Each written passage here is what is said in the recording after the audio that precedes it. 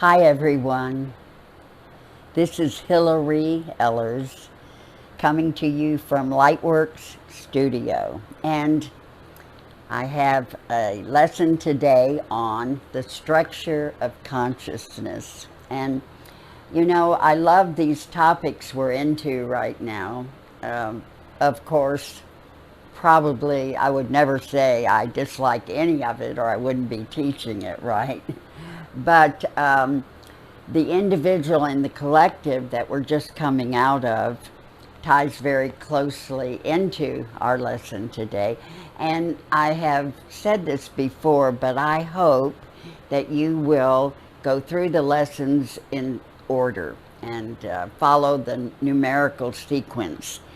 It will really, really help you in getting the topic and understanding. And of course, it helps me as a teacher when I know what you've been studying and what we've covered already. So today, when we talk about the structure of consciousness, it seems like everyone is trying right now to understand themselves on a deeper level. We may not all think about it in that way, but I feel that this is a time in general on our planet in which there is an enormous amount of soul searching going on. And part of that is because for most people, this is a very difficult lifetime or a very challenging lifetime. Most people who are alive right now are really working hard on their own issues.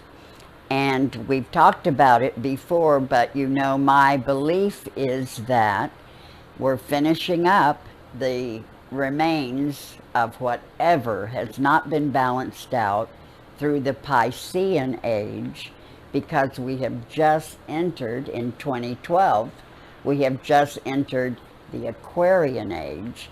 And the energy of the planet is definitely shifting right now. And I feel that the energy is speeding up. I feel that people are being more influenced by what's going on in their day-to-day lives. And I think most people experience more going on in their day-to-day lives, that we have more to deal with, more to do, more. And technology, in a way, and I'm definitely not against technology. I'm not good at it, but I'm not against it at all. But technology has really, I feel, added to the stressors on many levels that we feel, because we have so much more responsibility now to return phone calls, answer emails, to connect and communicate, to be on top of things, to be organized. And I sort of, and I do really miss the days when people called you. If they didn't get through to you, they just had to call again. It was like, oh, those were the days, the good old days. So, and then again, there's so much to be said that we are more connected to each other through the present technologies. And my sense is that that's going to just keep on happening, that we're going to be more and more connected through technologies. People talk about bionic people, that there may be a time when we have implants, or that we do certain things to our brains to help us to be more sensitive, more aware, more tuned in, and more connected. And I will say that I wouldn't doubt that a bit, that we may do that. People seem to be afraid of the technologies that have to do with speeding up our evolution. And my sense is that these kinds of technologies in which we may begin to influence how people quote unquote turn out, like what are the abilities of humans, what are the capabilities of humans, the more we influence that, the scarier it gets to some people, that we're somehow changing humanity. And my sense is that this is an inevitable change that has to do with the growth and the evolution of our species, that we are actually becoming, as we become more creative, in a sense we become more godly, that we have more ability to influence our own destinies. And I urge you to not be afraid of that or worry that we're getting into deep water over here that we shouldn't swim in. My sense is it is just so natural and inevitable that we are facing now these opportunities. They're also challenges, but they're definitely opportunities. Let's look at the structure of consciousness. I feel that as most of us are attempting to understand our lives and the challenges we face, we are attempting to understand ourselves. And what I would like you to know is that a very simple way to look at the structure of you, what you're about, has to do with how your consciousness works, how it operates. And there are three main dimensions of your consciousness. One is your conscious thinking or conscious mind, and that's where you reside most of the time. That most of us are going on through life in our conscious level, la la la, you know, or maybe you pay more attention than la la la. Sometimes I think I'm the la la la person, but it's not that I'm not paying attention, but I'm also very much feeling a lot of things from these other levels of consciousness beyond the conscious thinking. And I'm balancing with all that. Sometimes better, sometimes not so well, but it is what it is, right? So most of the time our brain waves are vibrating right here in the conscious level of thinking. We also have a higher dimension of thinking and awareness that is called our superconscious self, our higher selves, our high self. There are different names for it.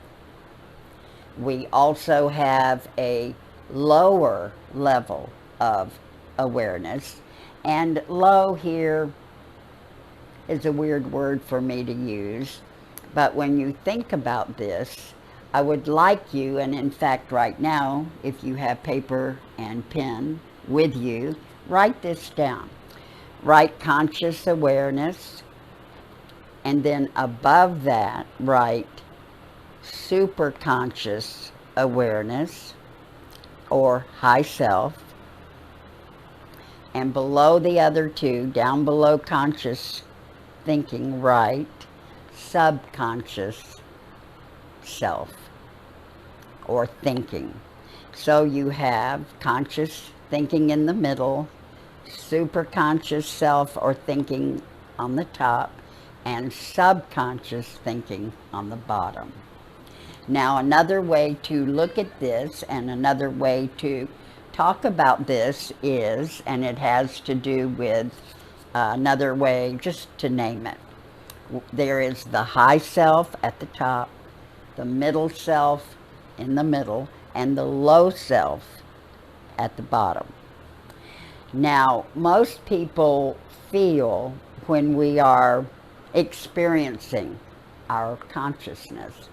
We feel that we go directly to our greater selves or our high selves from our conscious thinking. We just have that sense that we relax and we go right up there. Actually, to go any place beyond or any place different than your conscious thinking, you go down into your subconscious first. Your subconscious is the gateway to all other levels of consciousness. A wonderful book is by an author named Michael Murphy. It's a real primer, I feel, for studies in consciousness. And the name of the book is The Power of Your, go down, The Power of Your Subconscious Mind by Michael Murphy. Excellent book. And it will help you understand your subconscious. Your subconscious is like a huge doorway into the universe, into all that is. And to get to your subconscious, you only need to do one thing, and that is relax. Now, you know, for some of us, relaxing's easier, and for some of us, relaxing's harder. But just to relax begins to slow down your heartbeat, and that begins to slow down your brain waves. And this is just a natural, automatic response. And you have dominance or control of this process through your decision to relax. So relaxing is a very, very important process. It's a very important thing to learn. It's an important thing to practice, because unless you know how to relax, you will have a very hard time getting out of that middle level of your conscious thinking. You'll be kind of stuck there. Relaxing for me is all about slowing down my breathing. And so I just slow down my breathing, and then I notice my body begins to relax. And again, this is one of those automatic responses. Some people are more naturally fluid in their hookups here between conscious thinking, subconscious or superconscious thinking. Some people are more fluid in their thinking. And some people are more than fluid in their ability to move back and forth between their conscious thinking and their subconscious, and then on from there to other levels like your superconscious. I find that you can develop different techniques to help you when you are wanting to go out there into greater levels of awareness. And in a way, what I'm saying is that you begin to develop a habit of how you do this. For me, and we all have our own, okay? So I'm not saying you adopt my habit, but this is mine. When I meditate, I very often, first of all, just start slowing down my breathing. I don't consciously try to clear my mind. I find for me, when I'm consciously attempting to clear my mind, I just keep thinking. Like, it's sort of the very thing of, if you try too hard to relax, you won't relax. One of my friends is a spiritual teacher, and he told me a funny little story that when he was teaching, and he's leading people in meditation, and he is guiding them to relax. And if he glances out at people, that so many of them have expressions on their faces of straining, like, I'm going to relax. And of course, the opposite happens, right? So another way to think about this is letting go. Letting go. You begin to let go. Let go of your concerns. Let go of your obsessions. Letting go is just very akin, I feel, to acceptance. My friend and I think I've told you this before, I had a great friend who passed on. And she and I would kid about so many things, and we were just on the same little wavelength, you know, so that we got each other. But one of our big sayings was, acceptance is everything. And it is. You know, if we were upset, if something was bothering us, if we got pissed off about something, acceptance is everything. And I totally believe it. I did it. So when you are beginning to meditate, in a way, you move into neutrality. You move into a neutral state of being in which you let go of your attachments to your anger, your concern or worry, any of that. You may have heard this saying. I just recently heard it and I love it. My housekeeper told me. I learn a lot of things from her. I'm always listening because she says things that I'll go and write down. They're great. So she told me the other day that, pardon me, acceptance, right? She told me that worry or fear is a terrible waste of your imagination. And I thought, yes, it is. And I loved that. I loved that thought. So when we are moving into neutrality, we are literally moving beyond worry, beyond concern, beyond fear. We're moving beyond attachment, even moving beyond our desires, what we want. You know, people are often interested in how I tune in to others when I'm doing an intuitive reading for someone. They often want to know, how do you do that? How does it happen?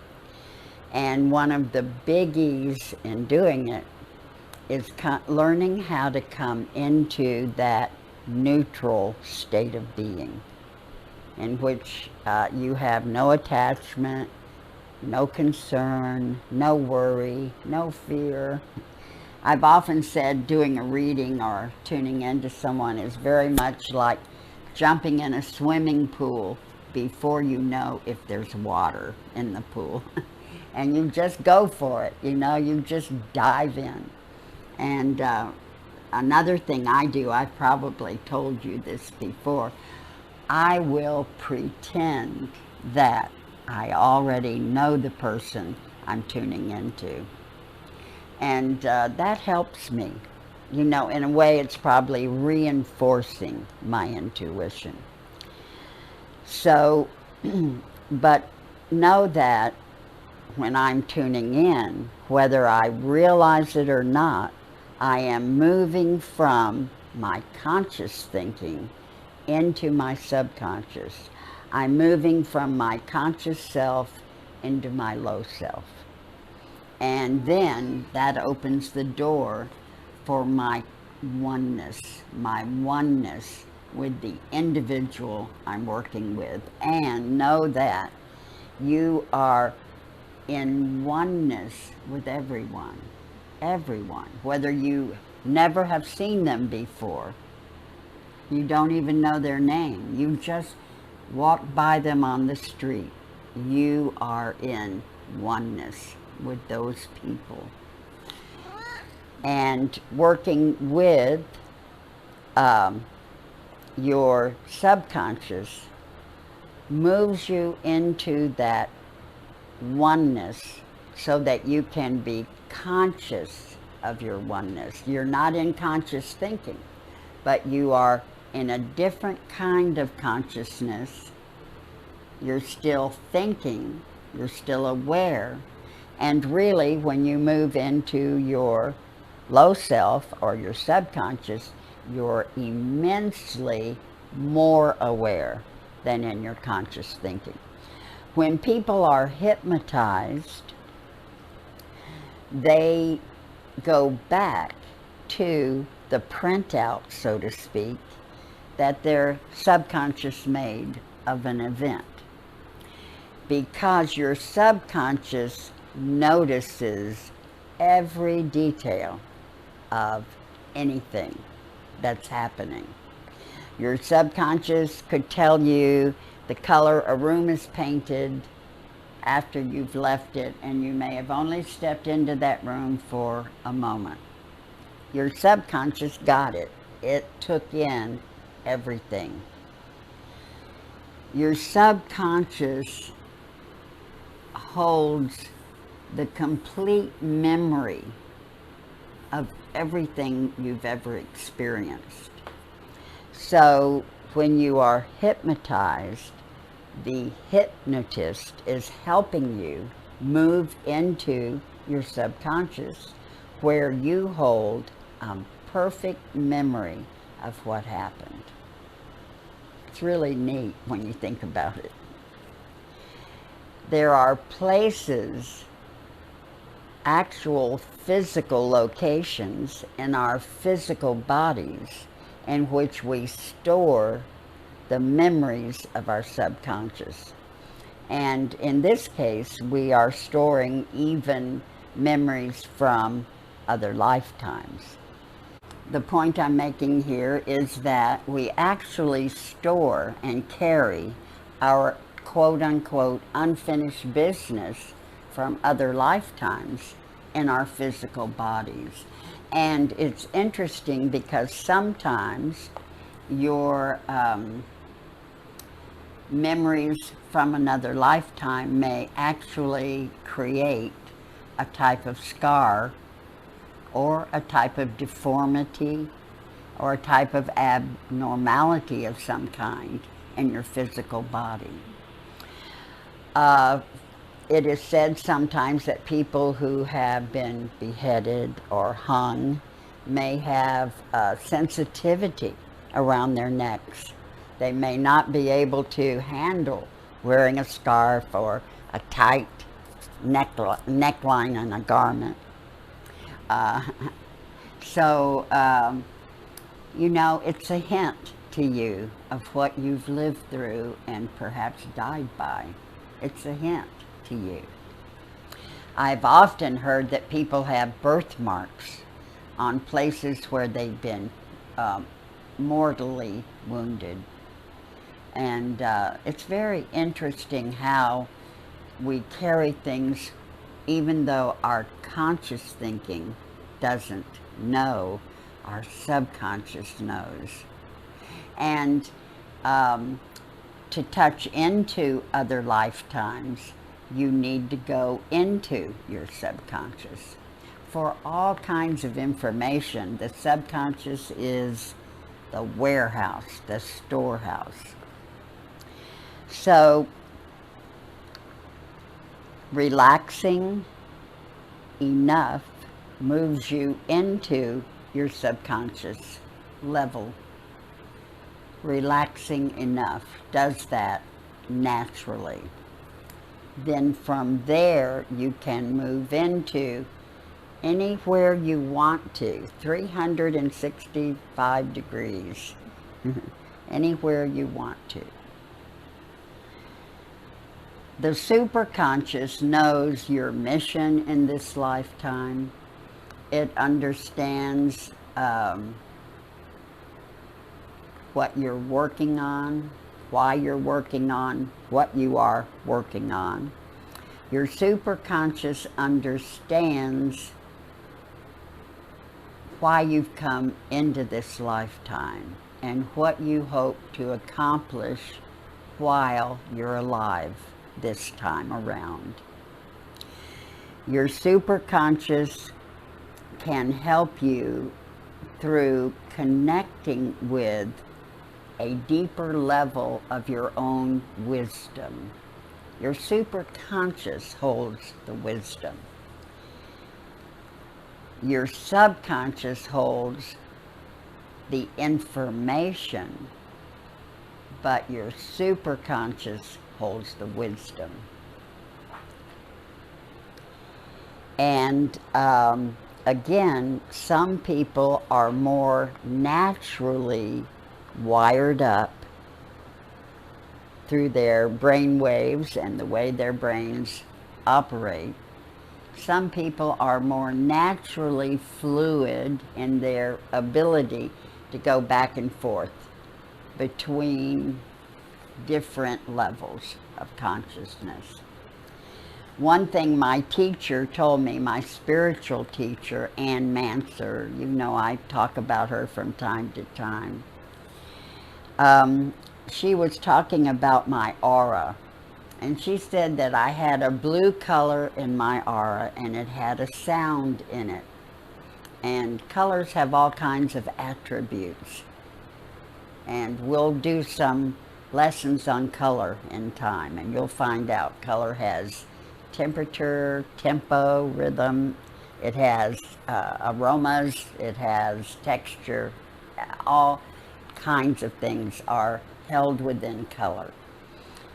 So she said, I have a blue in my aura that has a certain sound in it. And the sound is a snapping sound. I can't snap right now or I'd do that for you. But she said that's there for me to help bring me to attention when I'm out somewhere else in my consciousness. Because she said, I just don't have enough time to do all my work that I do on other levels, that I don't have enough time to do it all when I'm asleep. So I actually have to do some of my inner work while I'm awake, which can be dangerous because that means I'm not fully focused in the here and now. And so, of course, you know, before you step off a curb, you need to look in both directions, remember? We were all taught that, right? And if you're a person like me that is out there a good bit, you need a way to snap back quickly when it's important to do so.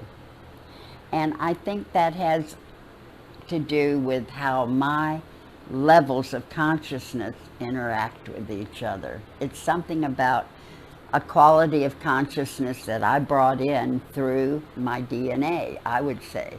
That I chose my bloodline and my DNA very carefully so that I could do certain things with my consciousness. And I want you to think about your qualities of consciousness. What are they like and what are they about? Perhaps you find that it is easy for you to go into your subconscious, or maybe it's more difficult. One thing I want to say about this is don't worry if you're thinking. Don't worry. The more you focus on not thinking, the more likely you are to think. So, sort of like the kitty that I'm trying to just accept her today, you know, right here. Acceptance is everything. And if you're having trouble clearing your mind and going into a no thinking place, Don't worry about it. Just go ahead and think. The more you relax, even as you're thinking, the less attached your mind will be to thinking. So if you don't react to thinking, it's much less likely to have a hold on your mind. Moving into altered states is not difficult at all. In fact, it's very normal. It's a normal operation of how we are created and how everyone's consciousness works.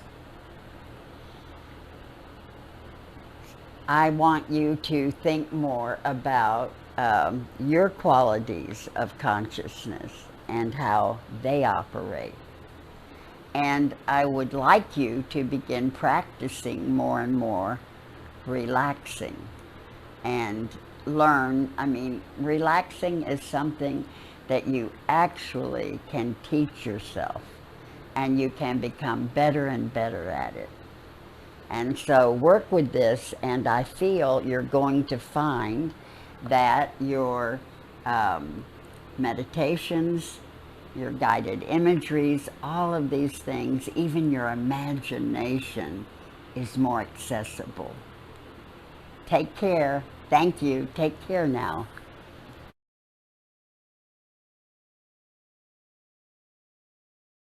So let us move into a guided imagery.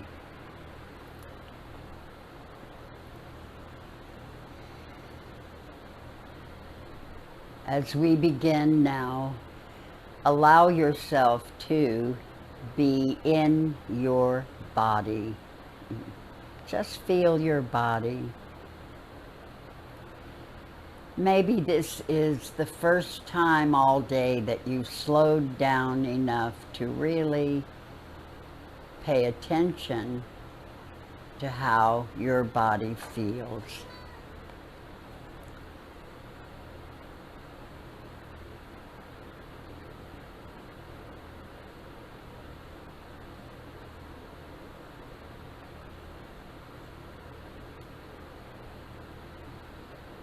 And as you move more consciously into your body, allow yourself to feel what it feels like to breathe.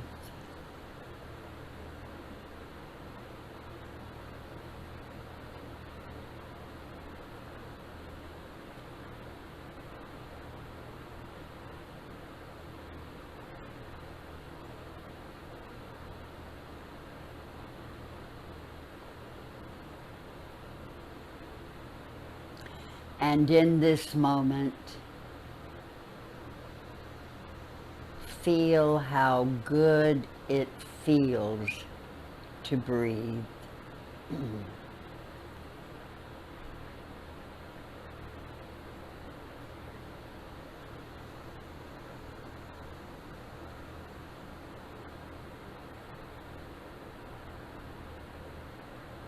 Every incoming breath is bringing a soothing wave of relaxation through your entire body. Feel your muscles letting down, letting go. Feel each muscle lengthening as you relax.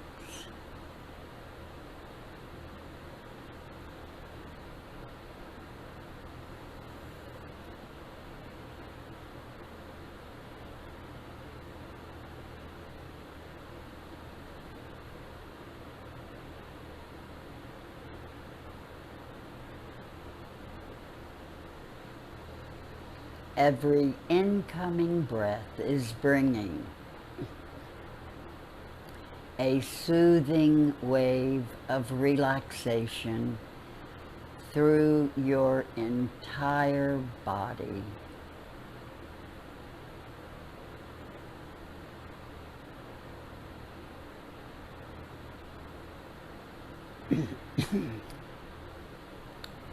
Every outgoing breath is carrying with it all of the tension, all of the stress of the day, out and away from you.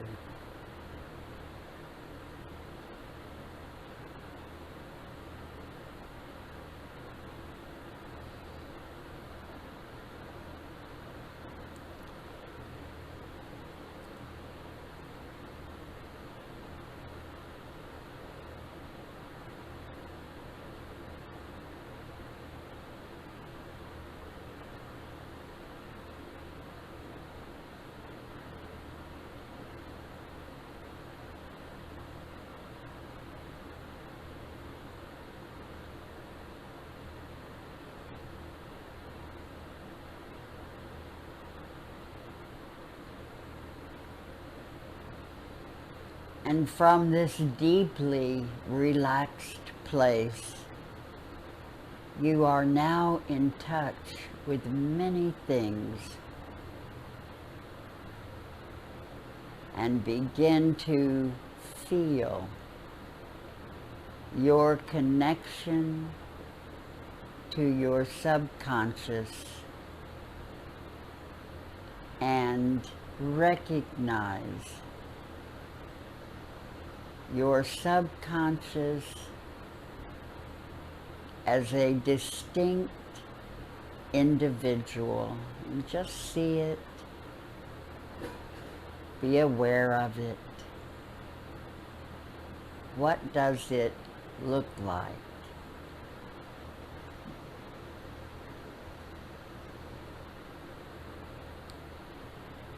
What is its personality like?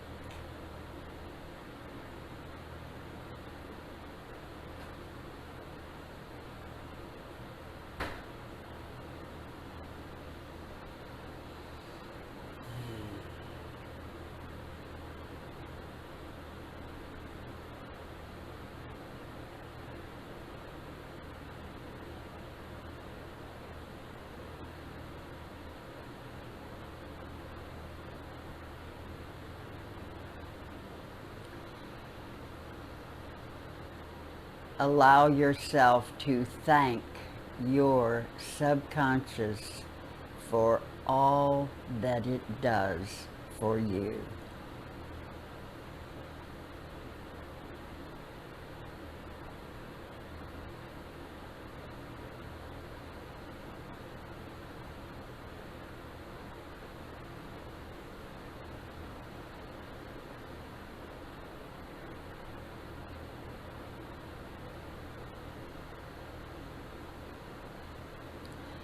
And now imagine that your subconscious is opening the doorway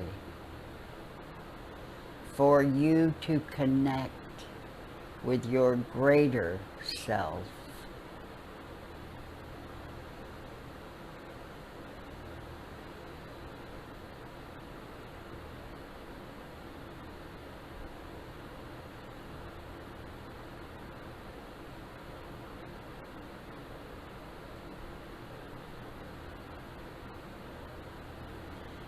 And experience your greater self as an individual having its own identity.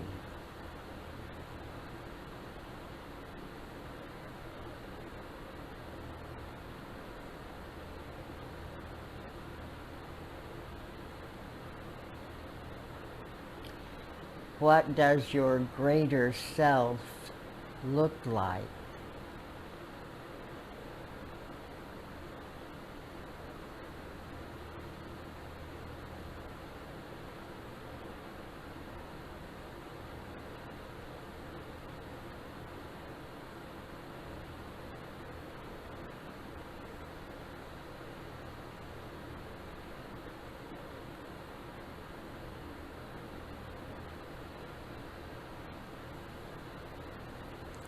What is the personality of your greater self?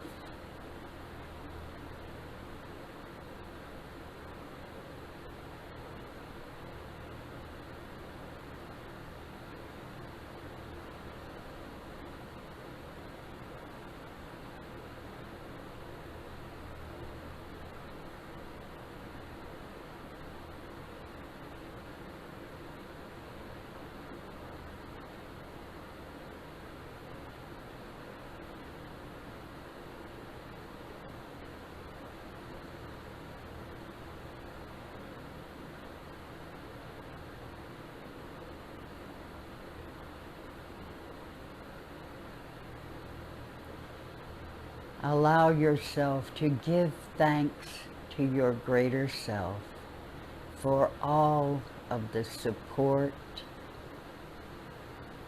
all of the help you receive.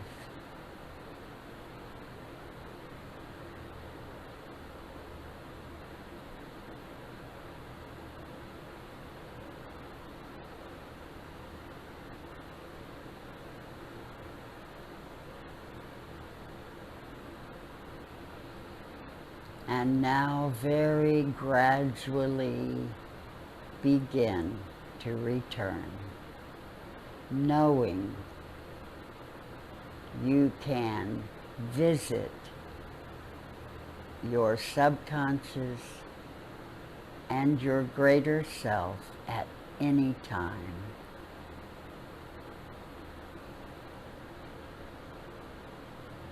Just begin to allow yourself to return to your surface level of consciousness.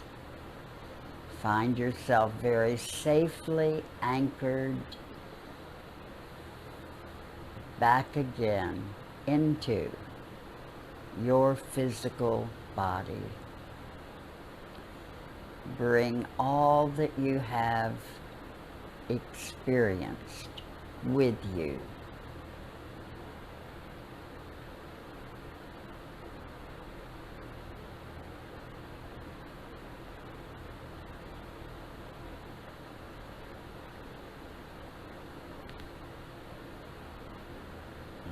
When you are ready, open your eyes.